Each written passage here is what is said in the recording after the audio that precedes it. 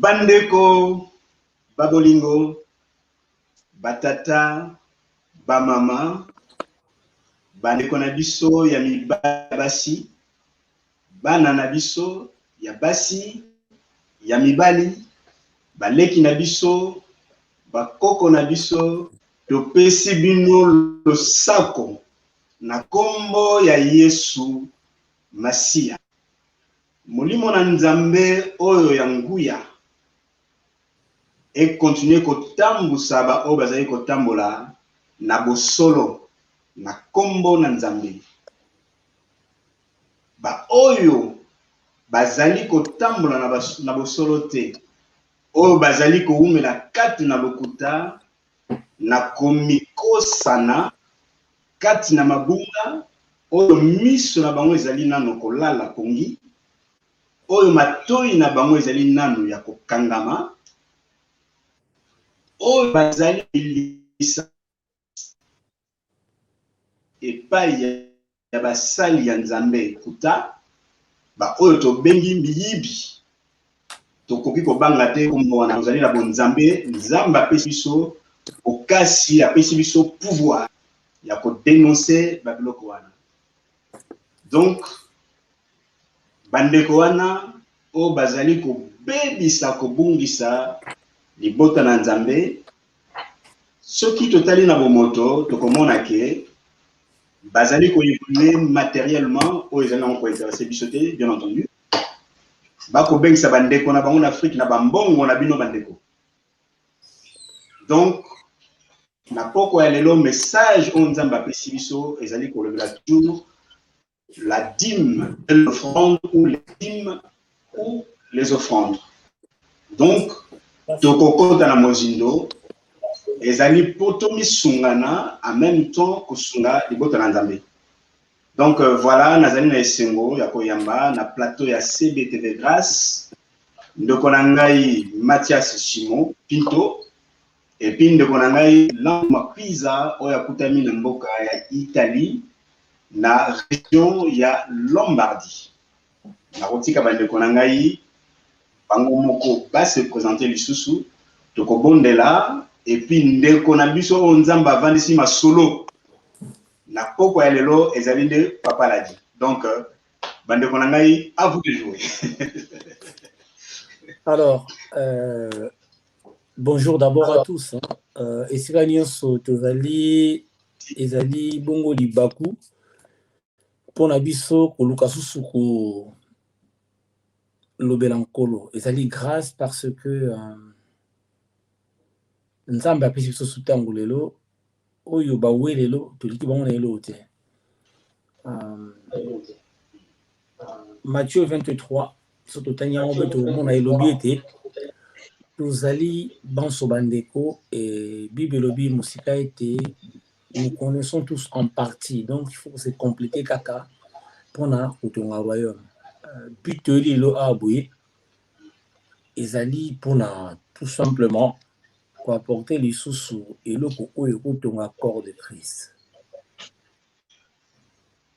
Merci na baïba Holanda, merci na baï bakuyoka oyo koleka abouye biso beto koye kolaka sous lelo, parce que orateur il y a du jour ezali noko l'a dit ndenge ndeko ka so toloba ana Milan na Lombardie, et yemutu akokumba biso na exhortation ya lelo et kolo penza a tambusa makambo na ye, parce que nous ne parlons que de la part du Seigneur, biso moko tona elokote o dozanango Nzambe ka mutapesi ye abanda na biso asuka na biso na kombo na Yesu Masia.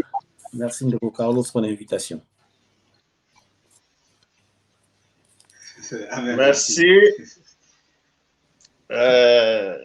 Mabengai Papa l'a dit, na ndenge ya respect, ya âge, mais naza frère en Christ, lokola moto nyonso tu avandaka na banc na église koyoka basakoli kote ya liloba na Nzambe. Voilà. Naza pe na esengo mingi pour la première fois nayoka na masolo ya papa Carlos. Lelo a invité ngai pour te parler toujours na liloba na Nzambe. Vraiment biso nyonso tu bekelamo na se na moyi toyebi ke Nzambe azali. Na moto asambelaka na moto asambelaka te toyebi ke Nzambe azali. Ndoki pe ayebi ke Nzambe azali. Nganga kisi ayebi ke Nzambe azali. Lelo soki tokoleka po tolobela toyekola parce que to se complétaka toyebi ya parti Bible soko recommande biso ke na mukanda ya 1 Corinthiens 10:4 que personne cherche son propre intérêt, mais que chacun cherche celui d'autrui. Donc, tokoloba awa lelo pona intérêt na bisote, pona intérêt na ngai te, mais toluka pona intérêt ya moninga mosusu oyo azana no libanda na nkolo. Intérêt eza nini? Eza kaka kibokonzi ya likolo. Amen. Voilà. Yango Yesu ayebisaki papa na ye tango akomi na mission na suka na Jean 17:20 alobi, ce n'est pas pour eux seulement que je prie, mais encore pour ceux qui croiront en moi par leurs paroles. Donc asalaki liboso prière pour na ye moko Yesu, asali prière pour na bayekoli. Ayo sala troisième prière ayebisi Nzambe ke nazo prier kaka pona bayekoli te oyo natiki na pesi liloba na yo oyo pesaki ngai, mais nazo prier lisusu pona bato bazana na mokili bako croire na maloba oyo bayekoli bakoteya bango. Donc soki lelo toko se présenter ezali po tolobela kaka maloba na Nzambe pona komema lisusu bana na Nzambe kati na lumière ya liloba. Amen. Amen. Amen. Amen. Amen. Amen. Ok, bon, tu rebondes dans l'abisso et après, tu vas l'abisso l'andou, il y a un relais l'abisso l'élo, et puis bandeko bobo sanate soki mituna ezali bokoki toujours kobenga kokoma bakorde oyo yo nangolo ya Nzambe tozala toujours disponible pour na kosolola na bino. Donc, Nzambe na biso ozali na likolo. Papa to kumisio poete ozali bobele Nzambe. Yonde muto pesi biso lisusu pema na bomoi. Pema oyo meni biso tina ngonga oyo. Oyo to sangani moto. Ndeko nanga Simon akutami na nord ya Paris, akutami na sud ya Paris. Papa la nakuta Italie kasi na molimo na bonzambe tozali esika moko. Pe tozali kolikia ete bande oyo na biso pe ba oyo bakolanda biso parce que ba image kotikala molimo na Nzambe ye moko akamba biso pe akamba bino biso banso elongo maloba oyo esunga libota na Nzambe. Molimo na Nzambe azala na contrôle ya nyonso na bobandeli pe bosukisi ya émission na biso oyo ya lelo. Lokumu nyonso ezonga epai ya kolo na biso Yesu Masiya. Nde tolobi boye. Amen. Amen. Amen. Ok. Voilà. Exhortation d'Italie. Donc là, tu peux parler sur la dîme et offrande, na sur que tu bilango mbala moko te, mais likamuno se bongaka na na ebandeli. Tant que tu source et tant que tu la partie ya source nde ko mema biso tina éclaircissement ya likambo oyo tozolinga to partager. Donc tu ko banda na livre ya Genèse na Genèse 3 chapitre Genèse 3 verset 8.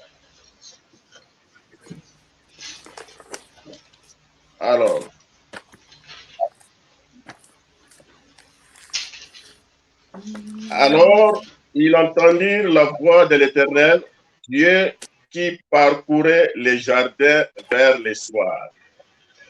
Et l'homme et sa femme se cachèrent loin de la face de l'Éternel, Dieu, au milieu des arbres du jardin.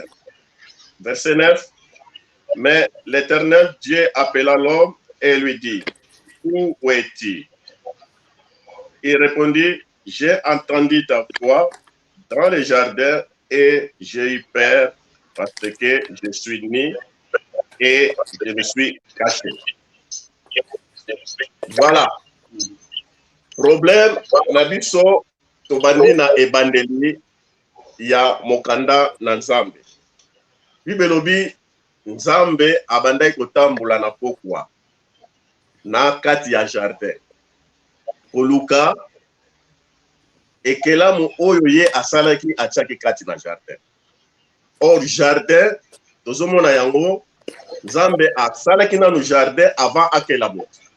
Donc alingaki tango azokela mutu akuta nyonso tu oyo koservir ye na bomoi na ye. Donc alingaki nalobaki jardin eza synonyme ya abondance.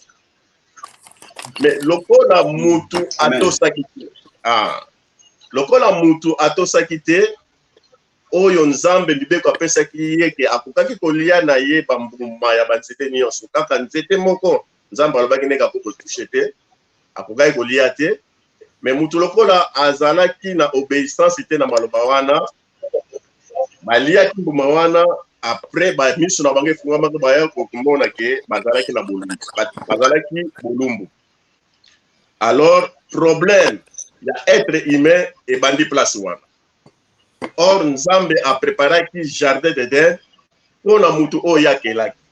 Normalement biso nyonso tobotami na nzela ya Adam na Eva, ifalaki tobotama na kati ya jardin. Alors na moment wana Nzambe sikoyo a décidaki il faut abengana. Donc abimisa Adam libanda ya jardin, donc libanda ya abondance, libanda ya bozunios po akendeko vanda na mabele akultive sikoyo na mabele. Or mabele oyo Nzambe akotinda Adam akendeko vanda avant abimisa ye na jardin. Nzambe a maudire déjà mabele. Nanu abengani mutu te, mais mabele Nzambe a maudire yango. Ayebisi Adam ke mabele ekoproduire yo ba épine. Donc okolia na butongi na yo. Donc okobanda siko kolona yo moko po olia. Et mabele wana ya banda kolona ezalaki déjà maudit avant Nzambe atinda moto akende kofanda na mabele. Donc Adam abimi na abondance oyo Nzambe a préparaki pona ye. Batindi ye na terre moko sec. Donc yesiko il faut abanda kolona. Voilà, même pour prier et bandi place wana parce que Nzambe mutu abanda koya visiter Adam. Nzambe mutu abanda koya ko visiter Adam pour Nzambe place ya yebi oya tsaki Adam zaki kati na jardin d'Eden. Alors Adam babimisi ye. Adam mutabimaki na jardin d'Eden, Nzambe abimaki te. Siko po Adam alia, po Adam azwa, il faut asenge pa na Nzambe. Prière et bandi place wa. Donc mutu, il faut abo po biloko ba préparer pour ye etika na jardin d'Eden. Abimi na yango te na mabele. Et komi sikoyo et place Nzambe abanda koya koluka mutu ko visiter na soir. Et comme mutu siko il faut aluka elongi na Nzambe. Donc problème sérieux et bandi place wana. Donc Adam libanda ya jardin d'Eden il faut alona. Mabelo ya kolona ezali maudit et ko produire ba épine. Or ba épine sont ok kotala na parabole ya semence. Tout le monde a que Yesu azo expliquer yango eza mutu oyo azo recevoir liloba na Nzambe mais ba souci ya mokili ya siècle oyo ezoko étouffer la parole de Dieu, ezoko étouffer semence. Donc eza na batu mingi bazo vivre na souci ya mokili oyo baza na biloko ebele ba camion ba nini azoyoka ne liloba na Nzambe mais ba souci wana ezoko effacer liloba na Nzambe te mais ezoko étouffer liloba na Nzambe wana et se faire cher. Alors na lombango toya komona sikoyo tozo tokota sikoyo na likambo ya dîme. Or dîme toya komona na Malachie 3 la Malachie 3 Bible ezoloba na biso likabo ya dîme avec promesse. Donc Malachie 3:10 Bible lobi apportez à la maison des trésors toutes les dîmes afin qu'il y ait de la nourriture dans ma maison. Vous continuez Kotanga, mettez-moi de la sorte à l'épreuve, dit l'Éternel des armées, et vous verrez, je n'ouvrirai pas pour vous les écrits des cieux si je ne répands pas pour vous la bénédiction.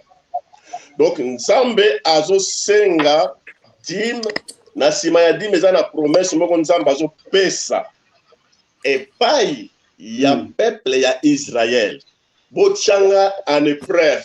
Soki bokomona teke na kofungola ba porte ya likolo pe na kotondisela bino la bénédiction bozwi.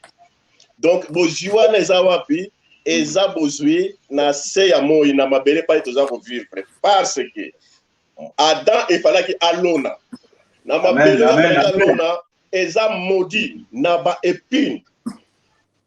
Donc pour bénédiction ou promesse oyo Nzambe ayebisaki Adam ke ako na ndeko totanga ayebisi peuple ya Israël ke botianga en épreuve soki bokomona te ke Nzambe na kopambola bino. Donc pour que Nzambe affaire que mabele epesa bilei ba semence oyo mutu azobwaka na mabele oyo ezali modi na bepine ekoka kopesa ba fruit na yango ezosenga kaka bénédiction liloba na Nzambe Nzambe aloba po mabele epesa ba fruit. Alors po Nzambe aloba asengi bango ba offrir Nzambe déjà na mwa muke oyo bango bazokozwa déjà na mabele.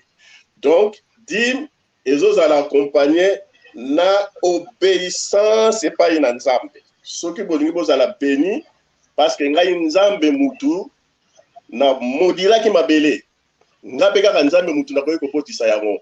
Alors lokola bozalaki na obéissance te na jardin d'Eden siko na mabele nazosenga bino obéissance kaka ya kopesa dîme epai na ngai Nzambe comme ça ngai Nzambe na pambola mabele epesa bino fruit. Voilà dîme ezali une bénédiction, non bénédiction moko spirituelle du ciel, mais bénédiction moko na bozwi ya kati na mabele paye tozali kovanda. Alors mutu efalaki apesa mwa eteni na ye ya zomi epai na Nzambe pour Nzambe a pambola ye a bénir mabele epesa uma. Mais awa na Malachie tozomona ke ezali livre ya suka ya Ancien Testament. Bandi totangi verset na ibandeli ya livre ya Ancien Testament totangi pe ya suka. A partir ya awa tozomona sikoyo ekuluso na Yesu. Nzambe il faut atinda mwana na ye Yesu Kristo Masia. Yango totangaki yango tokomona ke na livre ya Luc epai Nzambe Luc 9:35 epai Nzambe azoyebisa bayekoli tangu Yesu amati na ngomba ya transfiguration. Bible lobi ke bayoki tangu niwe couvrir pai ba Yesu bazalaki na deux disciples na ye bamoni bayoki voix elobi ke oyo mwana na ngai nalingaka mingi oyo ngai nzambe na tie donc nzambe na ngai nyonso kati na ye pai wape na tie toute mon affection epai na ye bino sikoyo nde boyoka ye donc nzambe azwi nzambe na ye nyonso atie kati na Yesu ayebisi sikoyo bayekoli oyo Yesu apreparaki ke bino sikoyo nde ifo boyoka maloba oyo Yesu azoloba sikoyo question na ngai yango oyo nini oyo Yesu azoyebisa biso na likambo etali dim. Amen, amen. Parce que mabele ezalaki maudit. Mais tomoni Yesu aye pona ko sauver humanité. Amemi ekulus na mapeka na ye synonyme ya humanité. Parce que yemo Yesu azoloba soki ngai nazali nzete ya mopesu bazoni okola ngai boy. Bongo bino nzete ya kokauka. Donc croix wana basalaki na libaya ezalaki synonyme ya ngai na yo. Yesu amemi biso tina Golgotha. Mais asuki kaka wana te, il fallait sikoyo Yesu lokola azwaki manso epai ya papa na ye po mutu a vivre sikoyo abanda ko dépendre lisusu te na ba offrande epai na Nzambe. Il fallait que Yesu alongola malédiction oyo Nzambe alakelaki mabele. Alléluia. Malédiction on Nzambe alakelaki mabele ezali nde ba épine. Voilà basali Yesu couronne ya ba épine sans le savoir que ba bénir mabele. Malédiction elongwe na mabele. Bazwi balatisi yango na mutu makila one bandako tanga etangaki tina mabele et sanctifiaki mabele. Malédiction elongwe biso pe tolongwe na bovumbu ya satana mabele pe elongwe na malédiction oyo Nzambe alakelaki. Amen, amen, amen. Sikoyo Yesu mutakoloba, c'est Jésus qui parle. Prophète Nzambe pete po Nzambe alobi toyoka ye. Sikoyo Yesu alobi nini na Matthieu 23:23.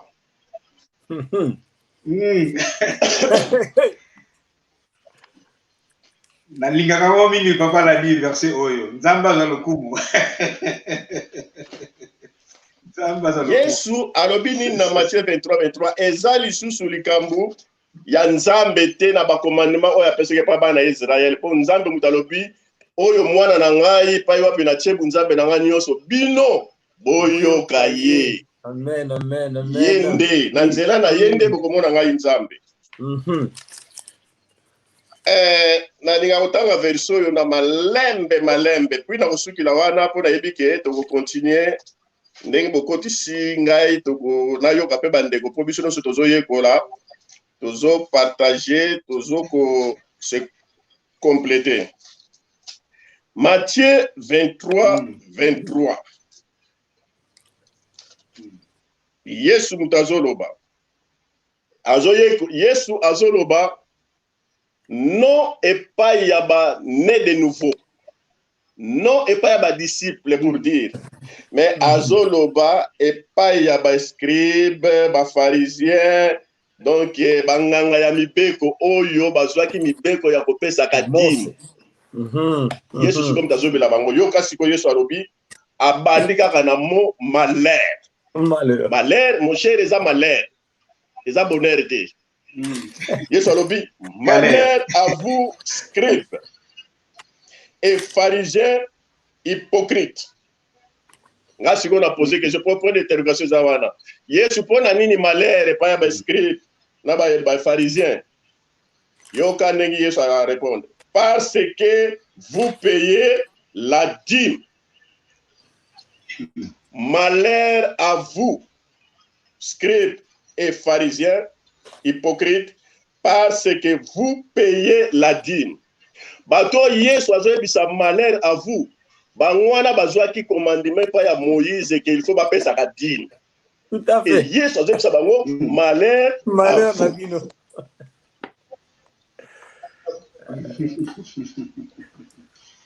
La dîme de la menthe, de la nette et donc tout le bapota maintenant on peut ça ba verdire. Bozo peut ça ba dîme na bino matungulu, ba ai, ba nguba, ba nini. Mais Biboele. que vous laissez ce qui est plus important. Donc, à part dîme, ezana likambo eza plus important que dîme. Alléluia. Dans la loi. Or que quand la loi pèse à la guinaon. Vous laissez ce qui est important dans la loi, la justice, la miséricorde et la fidélité. C'est là ce qu'il fallait pratiquer. Yesu mutazoloba, ngaite yopete, prophète pete, Yesu. Alors biso ba chrétien, na montagne ya transfiguration nzamba alobi toyoka Yesu. Siko ngana yo toyoki Yesu alobi malheur avoir. Alobi ne pas na biso ba nouveau nete, azolobe pai ya bato bazwaki mitindo ke fo ba pesa ka dîme. Malheur à vous. La docteur de la loi. Donc, Yesu, na soto la dit verset na suka alobi ke donc c'est là ce qu'il fallait pratiquer sans négliger les autres choses. Donc, a effacé te likambo ya dîme. Pour abi makambo suto négliger te a effacé pe makambo ya offrande te. Donc, sikoyo ngai na yo toza ba nouveau-né, toza ba chrétien, il faut toyoka Yesu. Yesu alobi likambo moko ya bonheur te, alobi likambo ya malheur. Asi alongoli ba épine, malédiction esi elongwe oye bandaki kotinda ke bana na Israël il faut ba pesaka dîme na bango. Malédiction wana ezali lisusu te, Yesu amemi yango na ekulusu balatisi yango. Et donc oyo ezosala sikoyo ke komisi ye roi ezalaki malédiction, donc bazwi yango neti couronne ya ba épine, donc malédiction nyonso amemi yango. Question na ngai na yo tozwi ba commandement te euti epai na Nzambe ke il faut topesaka dîme. Po Nzambe alobaki epai na Moïse po ayebisa bana Israël. Nzambe alobi na Yesu po ayebisa ba nouveau-né. So toza ba nouveau-né, Yesu alobi malheur. Donc nalingi na telema nano awa na message na ngai o na exhortation oyo bongo soki quelque chose vous allez continuer to fungola to koma lisusu pe na yoka pe bandeko po ezokeza mbali boso tozoki masima ya tango. Donc nga état chrétien naza obligé te ya kopesa dîme. Alléluia. Parce que nga naza peuple de Dieu te, nouveau-né aza peuple de Dieu te, mais aza enfant de Dieu. De Dieu. Selon donc Jean naza mwana ya papa. Donc Jean tous ceux qui sont conduits par le Saint-Esprit sont fils de Dieu. Donc, est-ce que nga naza na papa na nga na papa biologique en Afrique, naza na poto nazo sala naza na possibilité de salaire, il faut muto ya kote ya ngai po natindi la papa na ngambo? Non, jamais. Conscience na ngai fait ça là que non, naza na papa na Afrique ndenge nazo sala bona na salaire, fo natindi la papa na ngai lokola ba fete kumi pembeni natindi la po azape na moi bato azo ko soutenir, azape na famille bato azo ko aider tika natindi la yemo musolo. Mutu te mutu fo ya kote ya ngai ke natindi la papa na ngai mbo. La même chose pas ya Nzambe azali papa na biso. Nani o ya kote ya ngai, il faut na pesa Nzambe mbongo po Nzambe apambola ngai. Donc c'est que nazo croire na bénédiction ya Ephésiens 1. Alléluia. La Bible zo baké vous êtes bénis de toutes sortes de bénédictions par Jésus-Christ. Dans les lieux célestes. Donc nazo ko effacer bénédiction Nzamba alobi te que vous serez bénis. Vous êtes déjà parce que Nzamba za je suis le présent. Vous êtes bénis de toutes sortes. Oh libala, oh voyage, ezakati na Yesu.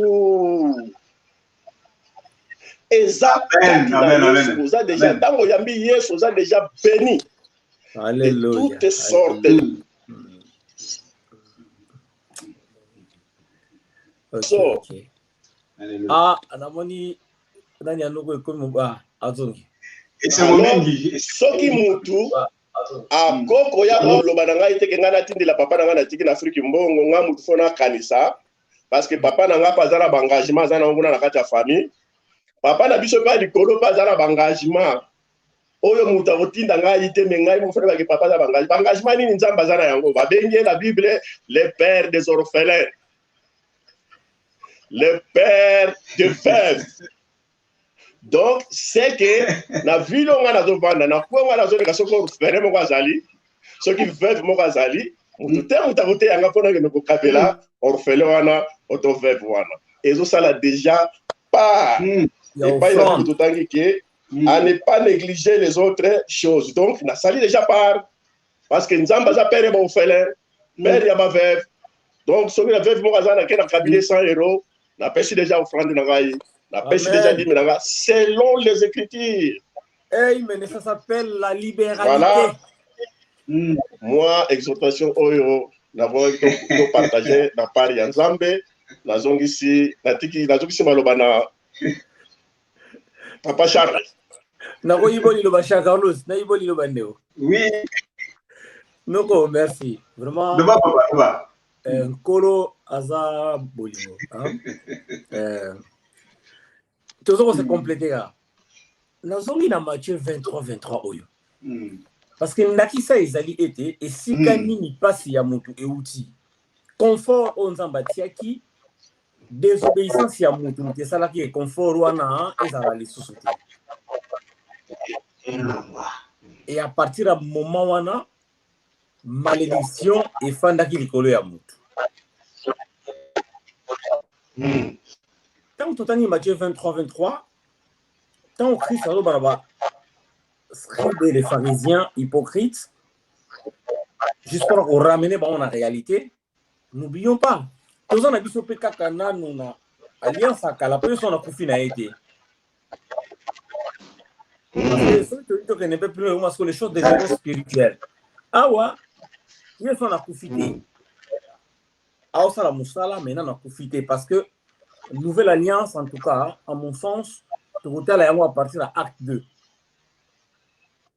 Alors, Makambo Alobi Awa, moi, ce que j'ai aimé, et Zali Ndakisa au Pessi na Likambo Oyo, pas Yango Utaki, pour Nani Baepine, il fallait ya, comment est-ce faire pour la Baepine, pour anticiper Yango, mais on compléter au cas qu'on a Romains 8, 2 et 4. Bible, 2 jusqu'à 4. Romains 8, 2 jusqu'à 4. En effet, la loi de l'esprit de vie en Jésus-Christ m'a affranchi de la loi du péché et de la mort. 3. Car chose impossible à la loi, parce que la chair la rendait sans force, Dieu a condamné le péché dans la chair en envoyant à cause du péché son propre Fils dans une chair semblable à celle du péché. Et Nikolobaji Seigneur, pour la manche toujours awa, Nzambe, il fallait trouver moyen moko penza pour zongi c'est la pour bénédiction wana. Pour zongi sa mutu na confort ya vie o ya kele la yi. Mais lokola nzoto mutu salaka lisumu. Il fallait Nzambe parce que Christ c'est Dieu, Allah ta nzoto.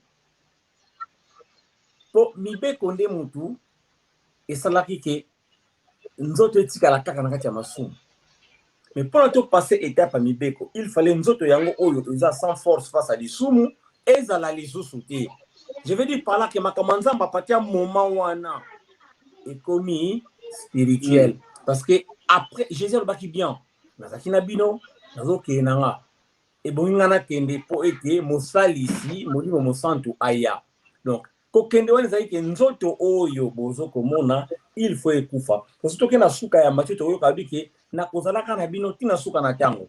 Donc Saint-Esprit c'est Dieu.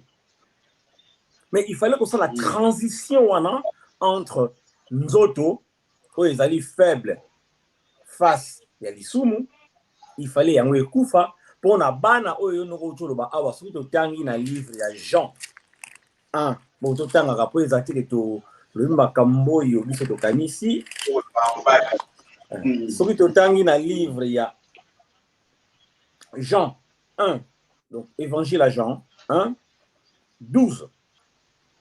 Mais à tous ceux qui l'ont reçu, à ceux qui croient en son nom, cette parole, qui est Jésus-Christ, qui est Dieu, a donné le pouvoir de devenir enfants de Dieu. C'est quoi le grand mot? Lesquels sont nés non du sang, ni de la volonté de la chair. Tout le monde est sous chair, awa. Chair,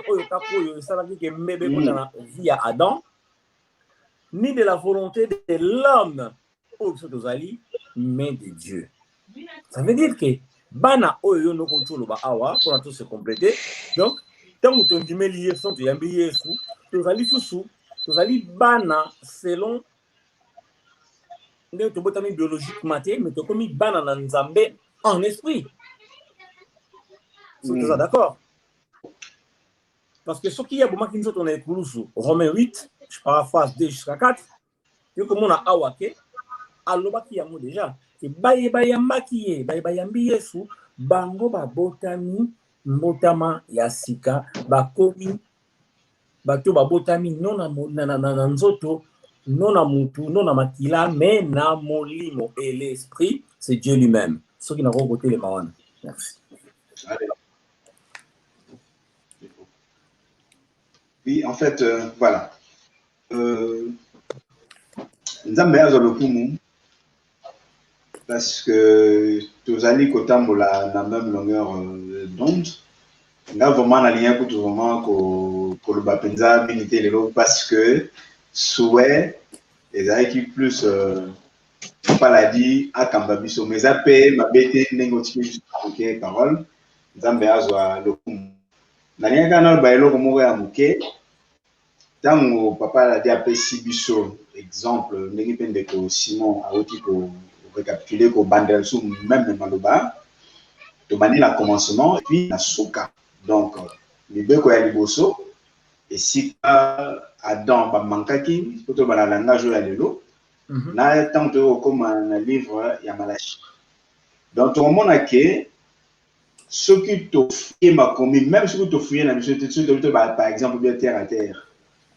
Tout le monde a que Moïse, banda botamakiti a kufakiti a salaki mission naye. Moïse a tikalaki jamais kozala to a kozalaka jamais o ya kufalaki mission naye kulusu. Pourquoi a kufalaki mission naye kulusu eli bobele Yesu Masia. Et puis totali na lignée ya Moïse na lignée ya Yesu Masia. Tokomona ke Moïse a bimi na tribu ya ba Lévite. Mais Yesu Masi a bimi na tribu de Juda. Et ça est l'eau que ce Nzamba permet de développer un développer tout à fait. Et c'est quand moi image à mon qui ko pesa on a komona quand même et pas ni na utaki bien kazala ki mosala Nzambe Moïse ti lelo akotikala lokola yonangai. Tout à fait. La loi. Mais dans le côté na tozomona ke to côté na temps ya grâce na ngolu. Et on a bêté sous cette na ngai sima ngoti koloba eza makambo ya molimo. Amen. Eza lisusu.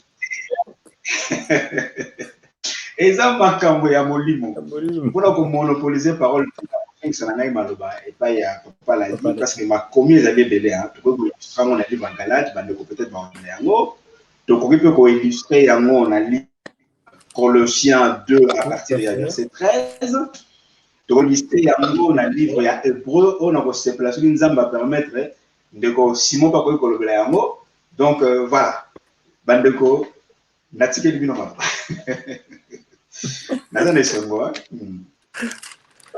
Ok, merci vraiment. Ngana sepeli naza siri kenyo soto kosili salelo te po na ko aider pe bande ko mususu ba banda ko comprendre déjà nani oyo biso tozali liboso na Nzambe aza nani liboso na biso toke nango malembe toujours ndenge na uta ko ba liboso po na ko luka intérêt na biso te mais pour na ko luka pe intérêt ya bato mususu oyo baza ba né de nouveau mais bazo continuer ko vivre toujours kati na Égypte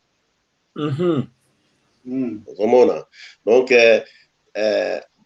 Bible lobi ndengi ndeko Simon awuti kotanga ke mutu nyonso oyo ayambi Yesu a commis nouvelle créature, donc il est devenu fils de Dieu. Or, pour na héritier, non, il est devenu enfant de Dieu. Or, pour na héritier, pour la co-héritier, il y a promesse union surtout au Nzambe, il faut aux la fils, au comme fils. Or, tous comme un fils tant tous a conduit par le Saint-Esprit. Alors, moi, nous surtout à conduit na Saint-Esprit, à voyer banani oya za liboso na Nzambe, nini oye fois ça la pona Nzambe. Mais oya zoko tika la kozala kaka enfant. Donc, ou lié ayoka Yesu, abanda koyoka kaka basali ya Yesu. Donc, abanda ko vivre kaka na ba émotion, ba promesse oyo batu. Oyo babengami basali. Bazoko loba ou lié que ayoka kolo elanga, mais lelo bazo continuer koyoka non papa alobaki, papa alobi, papa alobi, voire même nektant malembe to kende pona ko développer lisolo oyo suka wa te kozala pona bien na biso nyonso même ya ba oyo baza ba kambi na biso ba passer na biso et ko aider bango vraiment makasi parce que Yesu azoloba donc batu oyo pesa kinga na kati ya mokili na pesi bango liloba oyo Nzambe pesa kinga donc bazui yango donc liloba ba pesa ka pe bazwaka yango ba yebi yo Nzambe yo nani puis bazo reconnaître que ngai na uti epai na yo à travers ya maloba oyo nazo na pesi bango donc reconnaître Yesu a uti epai ya papa eza kucha espoir nyonso confiance nyonso epai na Yesu. Donc koyeba ete ba promesse nyonso ya Nzambe et ko Yesu nde azande résultat ya ba promesse nyonso Nzambe akokaki kopesa epai ya père Abraham. Yesu azande résultat epai na yende tozwi nyonso. Problème ya bana eza nini o bazo komana na ba fils te. Na ozwa exemple moko pe na suigra na exemple wana. Roi moko azalaki na mwana na ye moko na toloba nani esclave moko donc boyi na bango. Alors roi akomi pembeni akokufa. Abengi mwana na ye. Abi mwana ngai nga calamité nazo kufa. Lokola yo ozalaka obéissante pa ina ngai. Mais nakoti ko peka ndenge wana te. Ozaka mwana moko naza na ye. Na richesse na nga nyonso naza na mona royaume pona eloko moko yo lingi ngai na kopesa yo. Les restes biloko kotikala na kopesa mo pa esclave. Parce que esclave azalaki obéissant et pas na ngai. Abanda ko sala nyonso na banda kotinda yazo sala. Pendant que yo mwana na ngai ozalaki vraiment obéissant. Alors étant papa na kotiko pe vidité mais lokwa naza vivant pona eloko moko yo lingi. Compte bancaire ba château o kopona nga na kopesa yo. Mwana azalaki troublé azoko lela zo baté eloko ni na kosenga. Akei ti na mboka azo kita na CCC na ba village akekutana na mubange moko ya kala na suka ya mboka na saba nzeta vanda na ye. Mubange wana reconnaître abi mais o mwana ya rwati azolela nini na bengi mwana yaka yo za prince siko zolela nini abino kolela na ngezali ke papa alobi na ngai ke alinga kufa siko ngana za mwana na ye moko ayebisinga ngana pona eloko moko yefa pesa ngai le reste akopesa yango pa esclave. Mubange wana sila minu munoko solo atuni ye mwana esclave wana za banani oya biso soki papa na ya kufi esclave na ozana ni o esclave na ngai alobi me pona esclave yo pona esclave lokola papa na kopesa biloko de c'est pas esclave donc esclave na continue ko zalaka esclave na yo donc biloko wana ekozalaka yo mutu okoherité yango.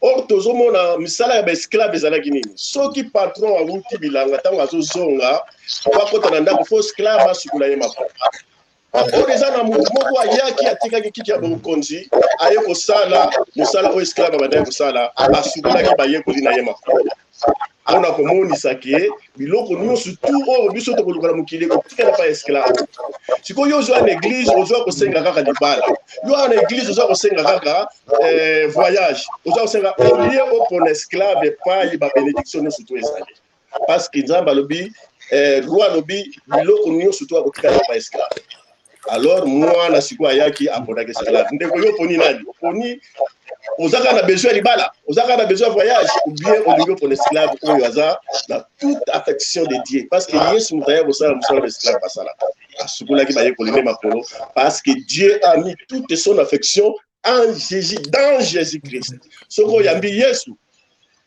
oza béni de toutes sortes de bénédictions sans que okende kopesa offrande offrande ezali kaka kopesa motema na yo epai na nzambe amen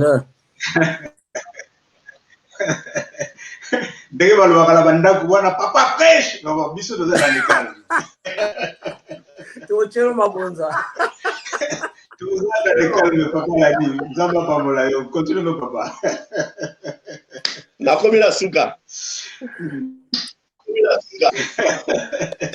eza esengo emasolo oyo ndenge ta bomona pe titongo etaneli biso awa voilà lobano papa me bokosuka peut-être moi le bon ezali non bon alobaka ke Saint-Esprit est continuer ko guider biso tozala bumoko na ba oyo pe bazokamba ba église ba comprendre biso ke tozoleka mpona kodétruire te mais mpona intérêt moko général na bakambi na biso bandimi to héritier royaume des cieux na kosepela soki nzambe azo bénir ba pasteur bénédiction tout pas na po nzambe a utiliser kaka mutu ekozala esengo mingi lobi na ba pasteur na biso tokutama tovanda mesa moko na kolo Yesu Kristo toza awa mpona koluka intérêt na biso te mais mpona intérêt ya mutu nyonso tu tozala kaka moko kati na kore na Yesu Kristo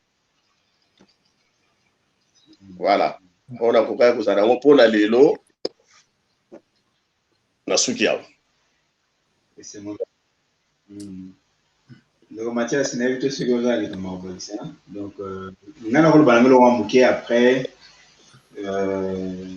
frère Simon va clôturer eza esengomi onyo selobami awa eloko moko euti libanda eza mutuya toyebi ete totambosami pe toyeli kobondela nzambe asuna biso tokotambola toujours na bonde molimo na ye ekamba biso ndenge papa lali alobi intérêt na biso ezali ke biso nyonso to hérité royaume ya cieux tokoka kovanda biso nyonso na mesa moko tolia biso nyonso elongo donc na nyonso oyo mpona koloba lisusu mwa moke bandeko oyo babengami bakambi ubie babikomisi bakambi bango moko oyo bayebi na bango ke bazali na kati ya lokuta parce que oyo ezali mpena masolo oyo tokoki kobomba yango na se ya mesa te parce que bible elobi na biso ke tozali lumière du monde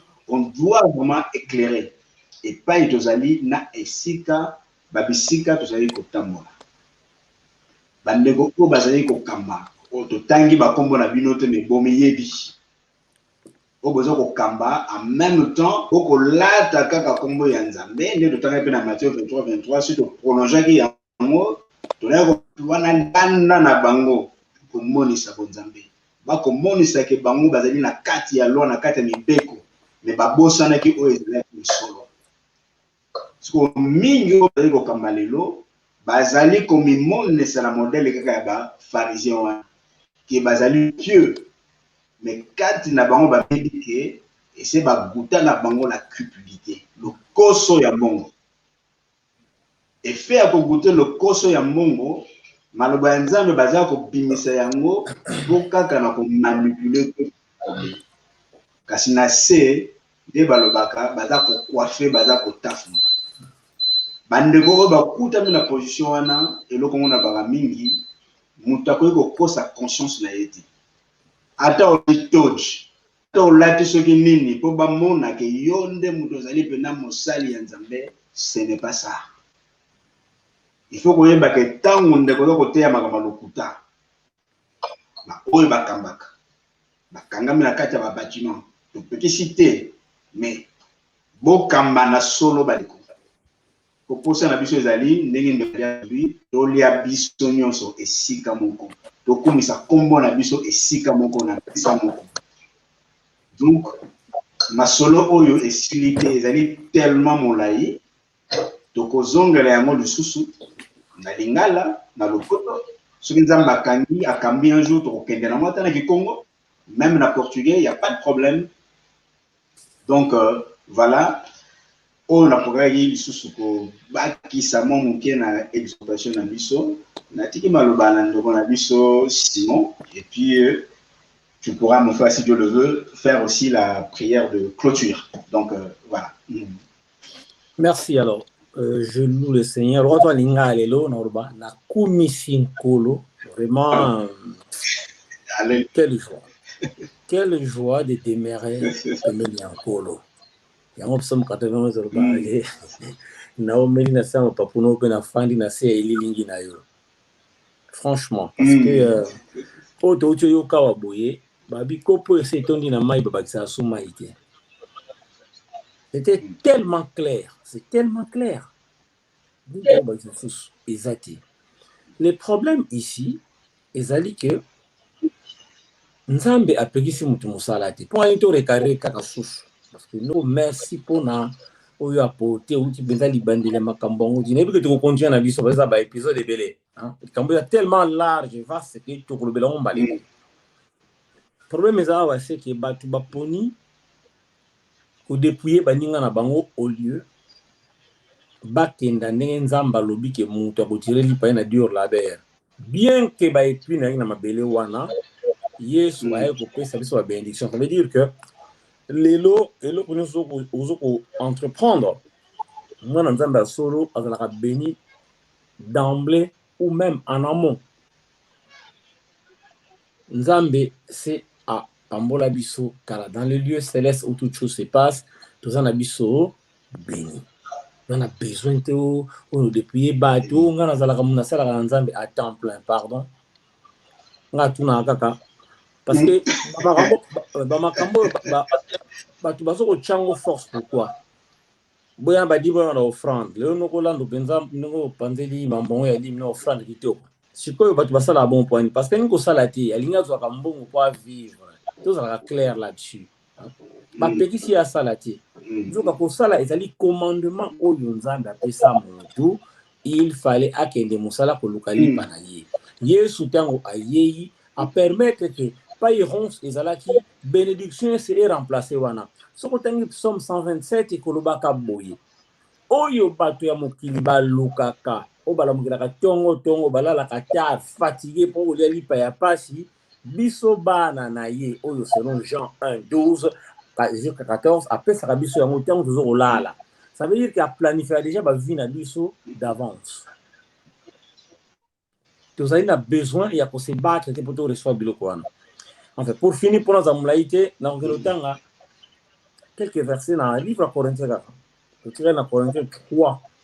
Dans la 14, pour la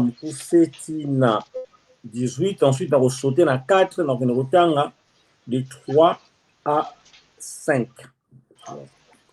2 Corinthiens 3, Tobandina 14.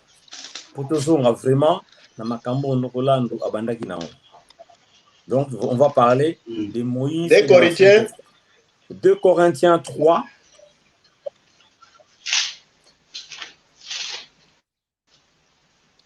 Oui, à partir de verset 12. Allez, on y va. Ayant donc cette espérance, okay. Nous usons d'une grande liberté. Espérance, on a comme Jésus.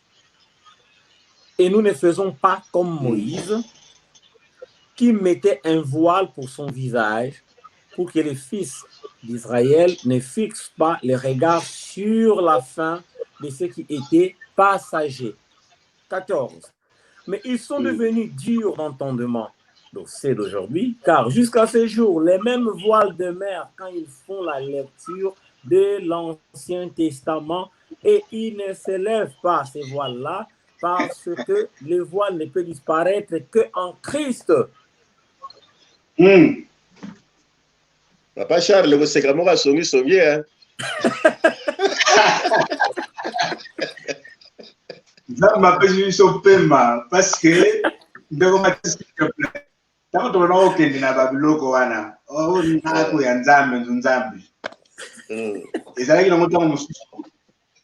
Bato bele kutu bakende na babiloko maka kende na loyenge parce que tellement que le bina le susu iko que était na rompa ki Pwanza. Amone na sika na pa kende ka iko bina susu iko que parce que sika ndule ezali nde ya mwana. Ba bosani oyo. Ya matara zoka maloko ya kitoko oyo pesa bomoi. Pour na tia pena wana pena comme ça. Amen.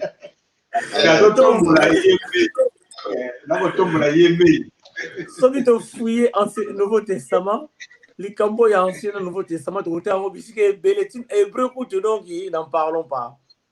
Balobi voile wana tango zo tanga kaka bo demeurer dans l'Ancien Testament. Voile oyo Moïse a tchaka wana bino bozana ngo kaka parce que voile wana eko disparaître kaka tangu boye na Yesu. Parce que Yesu comme ta voile wana et Bible na Luc 24:44 Yesu a bisi ba eko liki nyonso boyoka na ba prophète na ba psaume et zalaki kolobela kaka ngai yango il faut bana croire que tout est accompli.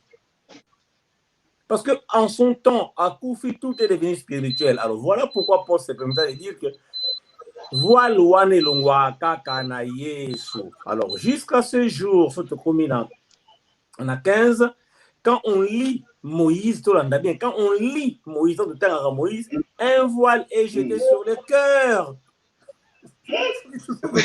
Mindondo. Mindondo. So ito ko tanga Moïse. Un voile est jeté sur le cœur. Or, ce que le livre Hébreu 8,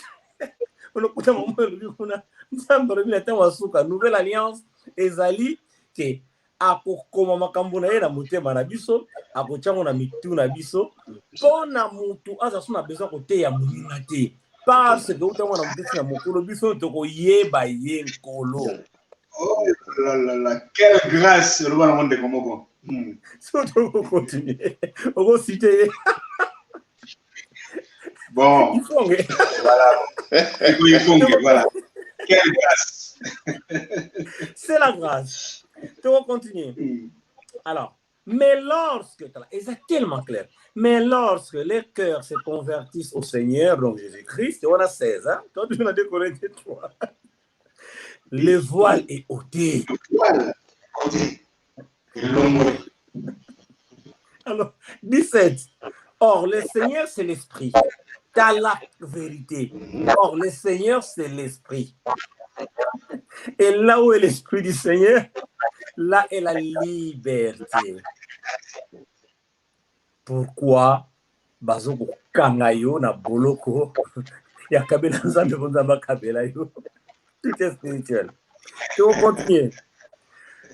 Nous tous, dont les visages découverts reflètent la gloire du Seigneur, nous sommes transformés en la même image. Nous tous allons transformer dans l'image de Jésus. Surtout, dans le livre Romain, dans 8, je crois, un peu plus 16 ou 14, je crois, le biais était. Tozali kaka, tozali ba héritier ya nzambe pe co-héritier ya Yesu. Tozala bon kaka soki to souffrir na Yesu pona tozala elongo na ye na gloire na ye. Donc tozongi awa biso banso oyo tondimi na moma wana oyo elongo comme découvert voile elongwe tozali transformer na image ya ye mokonzi na biso donc de gloire en gloire par l'esprit du Seigneur. Na eloko mususu te. Nous allons transformer kaka par l'esprit du Seigneur. Na ko sauter na 2 Corinthiens 4 4. Tinani tokote yaka. Pourquoi nani tokote? Si notre évangile est encore voilé, il est voilé pour ceux qui périssent. Ceux qui peuvent comprendre ma cambote. Oh, tu solo là wa. ezali parce que baza déjà kobunga. Pas que limbo lango penza bien, hein? Soki évangile maluba ya Nzambe ezali nanu ya kofinika mana bulangeti.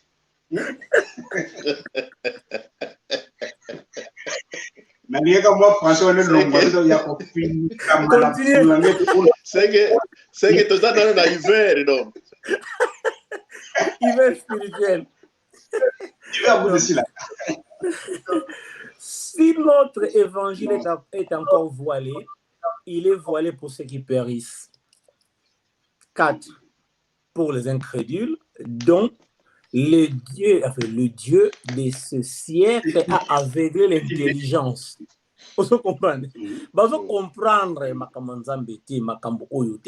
parce que Dieu à siècle Oyo a voilé bango intelligence afin qu'il ne voit pas briller la splendeur de l'évangile de la gloire de Christ qui est l'image de Dieu. Pour compléter, on paraphrase Romains 12. Romains 12 vers le Binini. C'est pas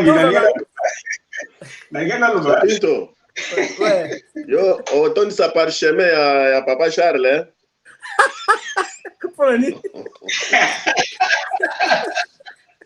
Le bon, Carlos,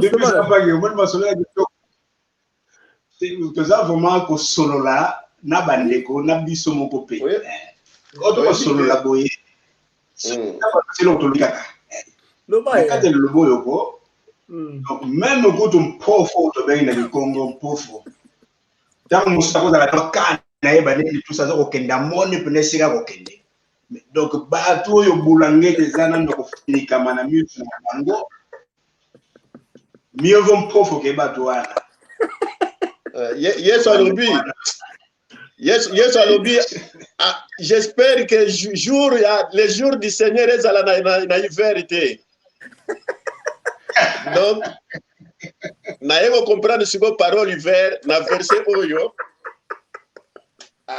Bako baza aveuglé. La version ya kaya oh papa pita utotanga. Si notre évangile est encore voilé.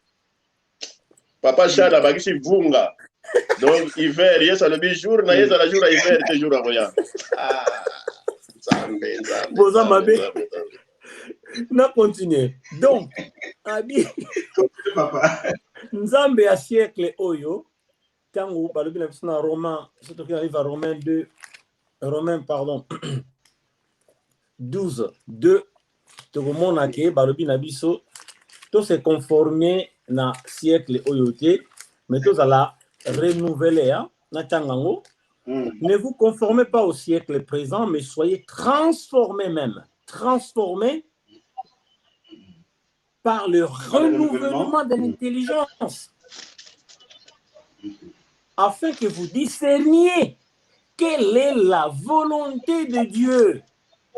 Donc, ceux qui ont se transformé au tenez de Tanga, d'autant à 2 Corinthiens, volonté de comprendre en outil. Ce qui est bon, agréable et parfait. Le banoé. Oui, que prochainement, ceux qui nous ont la grâce, tous ont la sous-versée, si notre évangile est encore voilé, il est voilé pour ceux qui périssent. Mais qui sont ceux qui périssent? Un jour, dans le Bélango. Oh, tu vois, Amen. Pour la conclure, alors, ce que tu as dit, c'est que tu dois se conformer à siècle. Il faut intégrer, tu dois la transformer car on a un renouvellement et intelligence. Ok? Pour tout comprendre, pour ça, il y a encore pour la vie sur la monaïe. Il y a aussi à l'écart. Il y a 2 Corinthiens 4, 5. Nous ne prêchons pas nous-mêmes. Mais tout ça, toujours c'est prêcher bisoté.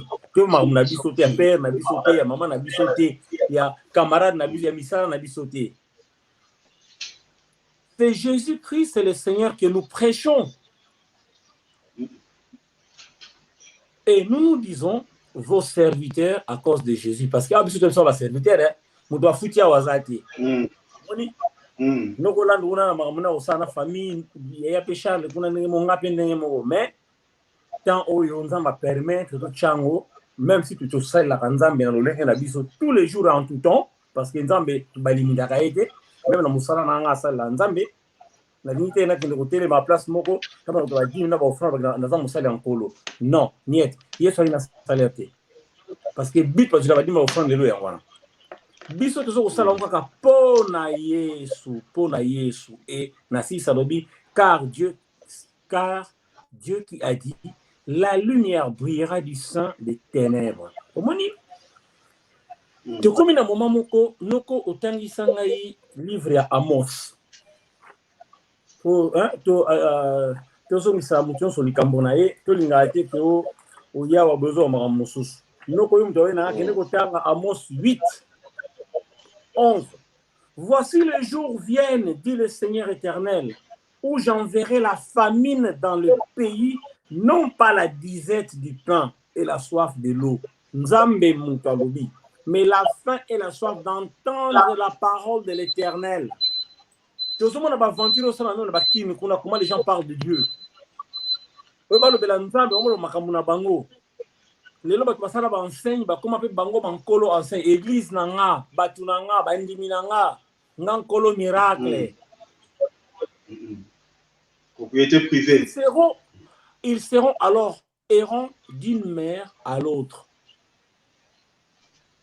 De septentrion à l'orient, ils iront ça et là pour chercher la parole de l'Éternel et ils ne la trouveront pas. Parce que nous se conformer dans un siècle oyo. Parce que nous allons renouveler. Or, nous là, la lumière brillera du sein des ténèbres. Et bien, c'est ce qu'on est en train de faire là.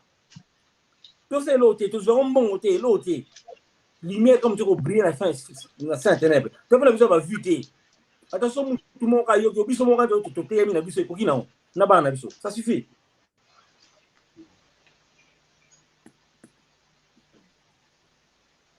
Donc Dieu a fait briller la lumière dans nos cœurs pour faire resplendir la connaissance de la gloire de Dieu sur la face de Christ.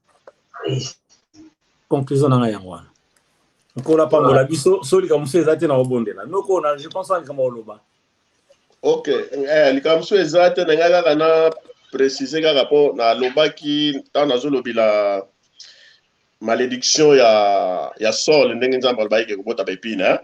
Vous allez le toujours dans Genèse 3 na pesa ka pona ko kombo ko makaka verset ngaka Genèse 3 de 17 à 18 donc c'est tout. Tout à fait. Donc et pas nzamba lobi ke ko produire yo bazepine. Na Matthieu 27 29 nde et pas Yesu nde balatisi ekoti ya banzube. Voilà. C'est tout. En tout cas, Bandeko, merci. Carlos, merci encore de nous avoir réunis aujourd'hui. Le coup, nous ne faisons pas en colo, parce que nous prêchons le Christ crucifié. Tozali na biso ba pasteur te, tozali na biso ba soki ba ngape na mitu na kanano, bosa isa, boye dengati. 5 ministères dans le livre Éphésiens. Ndego.